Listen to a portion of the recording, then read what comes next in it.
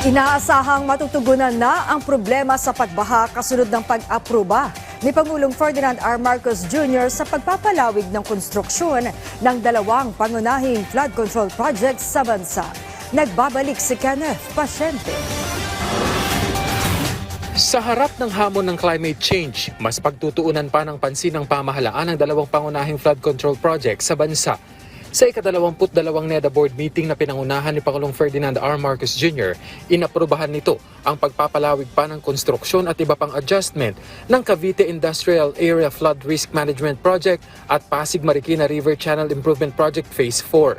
Ayon sa Presidential Communications Office, inaprubahan ng board ang dagdag na project cost ng Cavite Industrial Area Flood Risk Management Project mula sa dating 9.891 billion pesos na ngayon ay nasa mahigit 22 billion pesos na.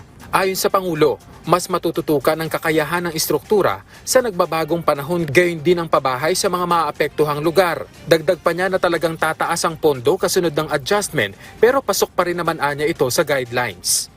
Inaprubahan din ng board ang pagpapalawig ng implementasyon ng proyekto mula Abril ngayong taon hanggang sa Setyembre ng 2029. Gayon din ang ilang kailangang gawin sa proyekto gaya ng pagpapalawak ng diversion channels at karagdagang mga drainage. In-adjust din ang loan reallocation ng proyekto na may kabuuan na 1.042 billion Japanese yen mula sa consulting services at contingencies. Sa ngayon, nasa 44% na ang physical accomplishment ng proyekto at aabot na sa 35% ang na-disburse na pondo para rito.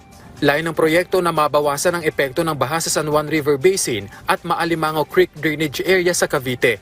Lusot na rin sa board ang mahigit 57 billion pesos na project cost para sa Phase 4 ng Pasig Marikina River Channel Improvement Project. Palalawigin din ang implementasyon nito mula December 25, 2025 hanggang March 2031. 3.363 billion Japanese yen na realokasyon naman ang inaprubahan ng board para rito, kasama na ang supplemental loan na 45.759 billion Japanese yen.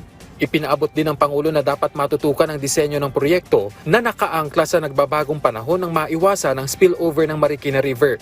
Bagay na tiniyak namang tutugunan ng DPWH. Target ng proyekto na mabawasan ang pag-apaw ng Pasig Marikina River sa panahon ng bagyo, kung saan magbebenepisyo ang maraming lugar sa Metro Manila at karatig na probinsya. Binigyang diin ng Chief Executive na sa pamamagitan ng hakbang na ito, mas mapoprotektahan ang maraming buhay at masisiguro ang progreso nang hindi nakokompromiso ang kaligtasan ng nakararami. Naaprubahan din sa pulong ng NEDA Board ang implementasyon ng Philippine International Exhibition Center Project. Gayon din ang pagkuha ng 40 units ng fast patrol crafts na popondohan naman sa ilalim ng Official Development Assistance.